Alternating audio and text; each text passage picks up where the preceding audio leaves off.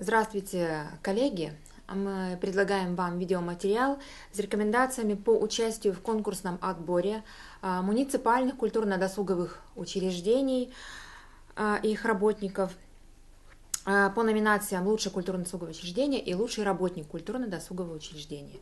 Сегодня перед вами выступят члены конкурсной комиссии Центра народного творчества.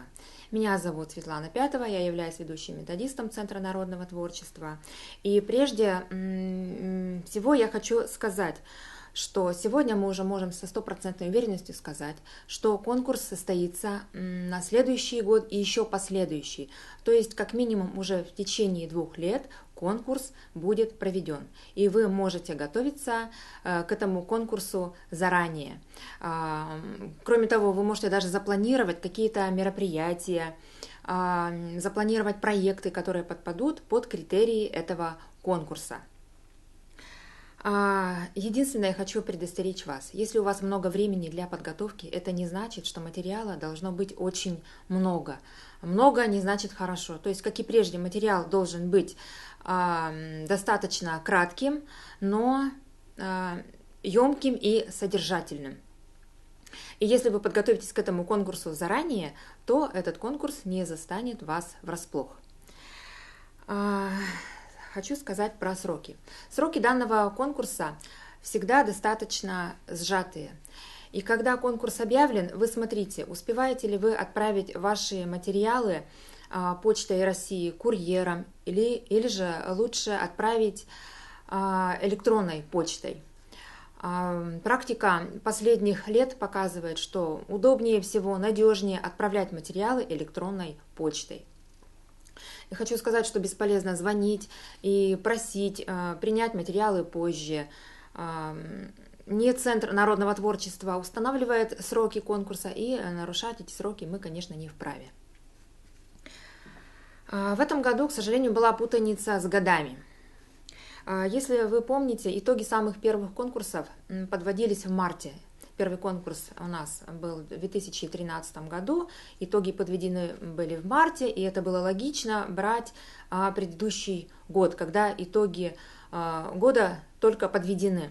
Затем конкурс стал проводиться все раньше и раньше, конкурс проводился в январе, затем в декабре. В прошлом году конкурс был проведен в ноябре, и в этом году в октябре. Не исключено, что в следующем году конкурс будет проведен в сентябре. Но если вы подготовитесь заранее, то, конечно же, для вас этот конкурс не станет неожиданностью. Так, еще про года.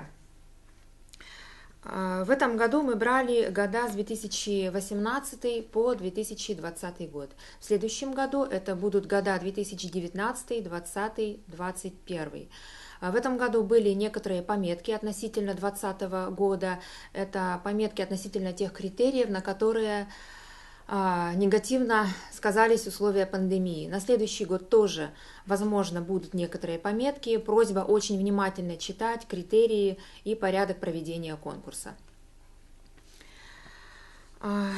Что касается оформления документов, материалов.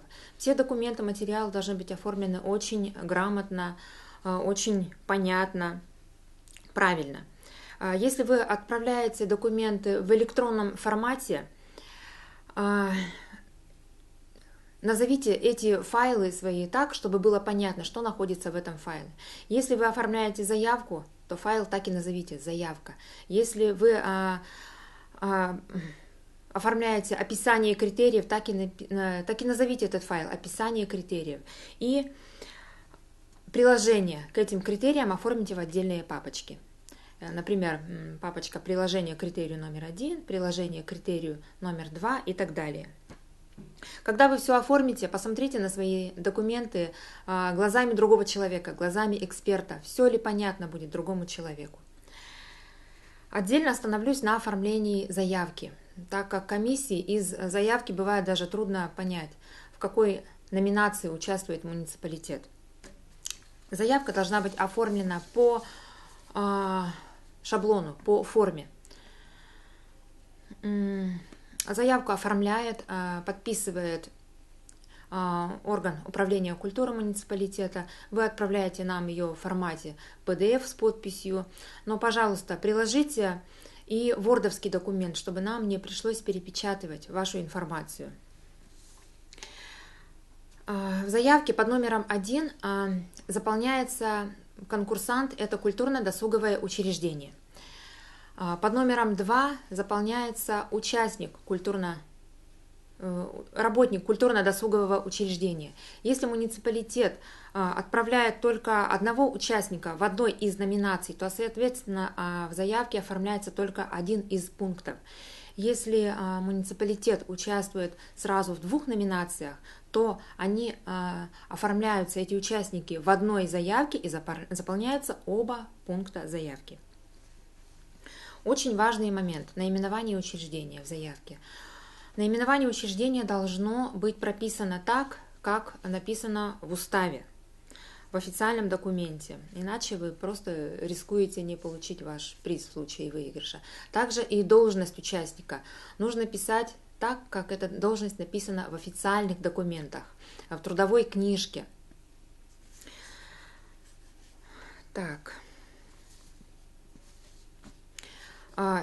Еще раз немножко остановлюсь на оформлении конкурсных материалов. Как уже сказала, конкурсные материалы должны быть оформлены в удобную структуру, чтобы удобно было читать.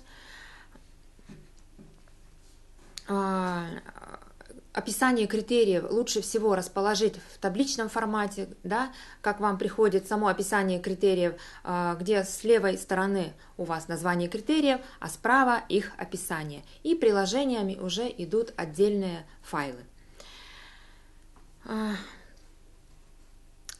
Сейчас мы остановимся на номинации «Лучшее культурно-досуговое учреждение». После меня сейчас будет выступать Лариса Александровна Королева. Она расскажет подробно об этих критериях. Я хочу остановиться лишь на критериях номер 11 и номер 16 в этой номинации. Это критерии, которые связаны с наградными документами. То есть тут кроме краткого описания мероприятий нужно приложить еще дипломы, благодарности, почетные грамоты и так далее. Мы рекомендуем вам наградные документы оформить в один презентационный файл, чтобы они у вас шли все по порядку, с указанием статуса. Да? Сначала идут дипломы, грамоты муниципального уровня, затем грамоты регионального уровня и затем, если есть, всероссийского уровня. А когда вы отправляете 30 дипломов, которые все сохранены в отдельных файлах, еще и вперемешку, комиссии очень сложно проверять такие материалы. Еще, что касается критериев 11 и 16.